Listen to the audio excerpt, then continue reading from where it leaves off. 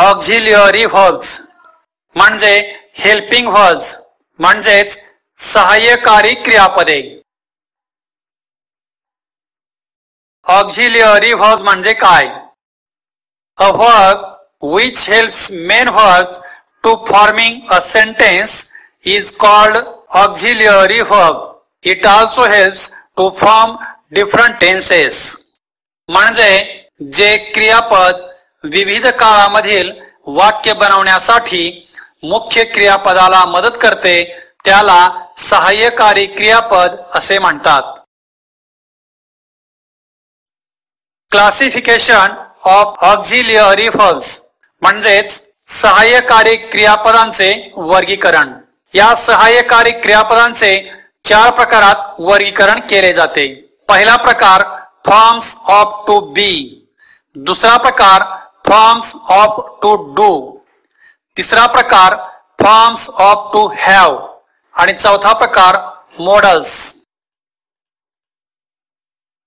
Forms of to be यामध्ये am, is, are, was, were या सहाय्यकारी क्रियापदांचा समावेश होतो. फॉर्म्स ऑफ टू डू यामध्ये डू, डज व डिड या सहाय्यकारी क्रियापदांचा समावेश होतो. फॉर्म्स ऑफ टू हॅव यामध्ये हॅव, हॅज व हॅड या सहाय्यकारी क्रियापदांचा समावेश होतो. मॉडल्स मध्ये शाल, शुड, विल, वुड, कॅन, कुड, मे, माइट, मस्ट, नीड, डेअर, ऑट टू व यूज टू या सहाय्यकारी क्रियापदांचा समावेश होतो. प्रथम पाहूया एम, इज व आर या सहाय्यकारी क्रियापदांचा वापर. वर्तमानकाळी अवस्था, योजना किंवा वर्तमानकाळी चालू क्रिया दाखवण्यासाठी एम, इज व आर या सहाय्यकारी क्रियापदांचा उपयोग केला जातो. एम, इज व आर या सहाय्यकारी क्रियापदांचा वाक्यात उपयोग करूया. I am going to school या वाक्यात एम या सहाय्यकारी क्रियापदाचा उपयोग केला आहे. सुमन इज माय फ्रेंड या वाक्यामध्ये इज या सहाय्यकारी क्रियापदाचा उपयोग केला आहे. दे आर प्लेइंग या वाक्यामध्ये आर या सहाय्यकारी क्रियापदाचा उपयोग केला आहे. वॉज व वेअर या सहाय्यकारी क्रियापदांचा वापर. भूतकाळी अवस्था, कर्मणी प्रयोग किंवा भूतकाळी चालू क्रिया दाखवण्यासाठी वॉज व वेअर या सहाय्यकारी क्रियापदांचा उपयोग केला जातो. वॉज आणि वेअर या सहाय्यकारी क्रियापदांचा वाक्यामध्ये उपयोग करूया. शी वॉज रायटिंग अ लेटर या वाक्यामध्ये वॉज हे सहाय्यकारी क्रियापद आहे. Ramesh was a poor man या वाक्यामध्ये वॉज हे सहाय्यकारी क्रियापद आहे. दे वेअर डान्सिंग या वाक्यामध्ये वेअर हे सहाय्यकारी क्रियापद आहे. डू, डज व डिड या सहाय्यकारी क्रियापदांचा वापर. वर्तमान काळात डू व डज तर भूतकाळासाठी डिडचा उपयोग केला जातो. भविष्य काळात शाल किंवा विल ला जोडून डूचा वापर केला जातो. प्रश्नार्थक व नकारार्थी वाक्य बनवणे तसेच क्रियापदाची पुनरावृत्ती टाळणे यासाठी डू, डज व डिड या तिन्ही सहाय्यकारी क्रियापदांचा उपयोग केला जातो. डू, डज व डिड या सहाय्यकारी क्रियापदांचा वाक्यामध्ये उपयोग करूया. डू दे स्पीक इंग्लिश या वाक्यामध्ये डू या सहाय्यकारी क्रियापदाचा उपयोग केला आहे. शी डज नॉट प्ले क्रिकेट या वाक्यामध्ये डज या सहाय्यकारी क्रियापदाचा उपयोग केला आहे. Did he bring the bag? Yes he did या वाक्यामध्ये did या सहाय्यकारी क्रियापदाचा उपयोग केला आहे. have, has व had या सहाय्यकारी क्रियापदांचा वापर पूर्ण काळ बनवण्यासाठी have, has व had या सहाय्यकारी क्रियापदांचा उपयोग केला जातो. वर्तमान काळात have व has तर भूतकाळासाठी had व भविष्य काळासाठी shall have किंवा will have चा उपयोग केला जातो. कर्तव्य, सक्ती, सवय दाखवण्यासाठी have to किंवा has to चा वापर केला जातो.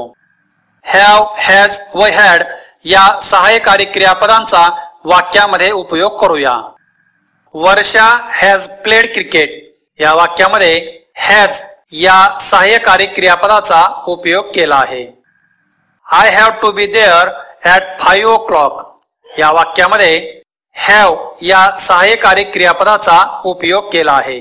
दे हॅड स्पोकन या वाक्यात हॅड या सहाय्यकारी क्रियापदाचा उपयोग केला आहे. शाल या सहाय्यकारी क्रियापदांचा वापर आय आणि वीच्या सोबत भविष्य काळात तर द्वितीय व तृतीय पुरुष या कर्त्यासोबत शालचा उपयोग केला जातो. आज्ञा, वचन व धमकी दर्शविण्यासाठी व एखादी गोष्ट देऊ करण्यासाठी शालचा उपयोग केला जातो. शाल या सहाय्यकारी क्रियापदाचा वाक्यामध्ये उपयोग करूया. I shall see you tomorrow. You shall be punished for this. Shall I open the door? या तीनही वाक्यामध्ये shall या सहाय्यकारी क्रियापदाचा वापर केला आहे. will या सहाय्यकारी क्रियापदाचा वापर द्वितीय व तृतीय पुरुष एकवचनात व अनेक वचने कर्त्यासोबत भविष्य काळात will चा उपयोग केला जातो. नम्र विनंती करण्यासाठी तसेच एखाद्या गोष्टीचे भाकीत करण्यासाठी will चा वापर केला जातो. will या सहाय्यकारी क्रियापदाचा वाक्यामध्ये उपयोग करूया. He will sweep the floor. Will you open the door? If you step on the snake, it will bite you.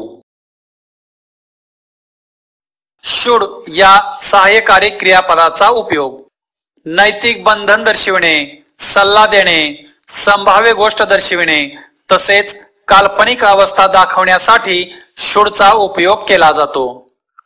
should या सहाय्यकारी क्रियापदाचा उपयोग केलेली काही वाक्य पाहूया. We should control our temper. You should study hard. They should be in the bank. If it should rain, they will not come. would या सहाय्यकारी क्रियापदाचा उपयोग करूया. भूतकालीन क्रियेचा सराव, सूचना, चौकशी, नम्र विनंती, इच्छा, पसंती दर्शविण्यासाठी would चा उपयोग केला जातो. would चा उपयोग केलेली आपण काही वाक्य पाहूया. I would play cricket when I was young. Would you please close the window?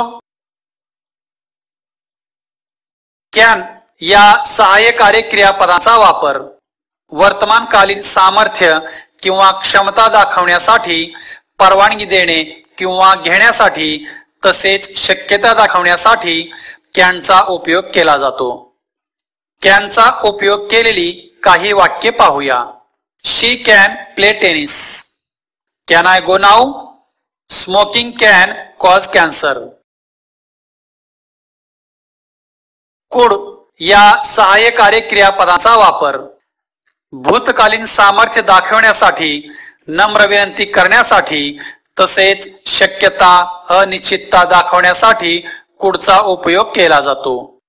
कुड या सहाय्यकारी क्रियापदाचा उपयोग केलेली काही उदाहरणे पाहूया.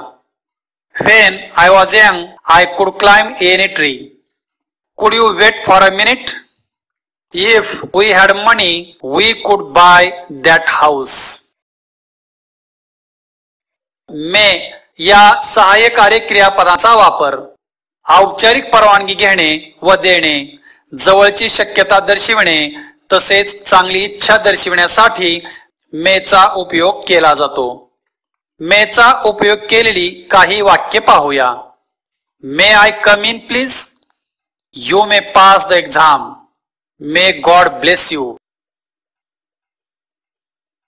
माइट या सहाय्यकारी क्रियापदांचा वापर दूरची शक्यता दर्शविणे व प्रश्नामध्ये नम्रता दर्शविणे यासाठी माइटचा उपयोग केला जातो. माइटचा उपयोग केलेली वाक्य पाहूया. She might dance in the function. Might I use your car? Must या सहाय्यकारी क्रियापदांचा वापर कामातील सक्ती, अत्यावश्यक गरज, शक्यता, मनाचा पक्का निश्चय, नैतिक बंधन दर्शविण्यासाठी मस्टचा उपयोग केला जातो. मस्टचा उपयोग केलेली काही वाक्य पाहूया. We must be loyal to our country. She must be in the library. We must help poor. Need व डेअर या सहाय्यकारी क्रियापदांचा वापर नीड आणि डेअर यांचा सहाय्यकारी क्रियापद म्हणून वापर करताना त्यांचा नकारार्थी किंवा प्रश्नार्थी वाक्यात उपयोग केला जातो. नीड आणि डेअर यांचा वापर केलेली आपण उदाहरणे पाहूया. You needn't go there. He dare not take such step. Need I come again. Dare I stay with you.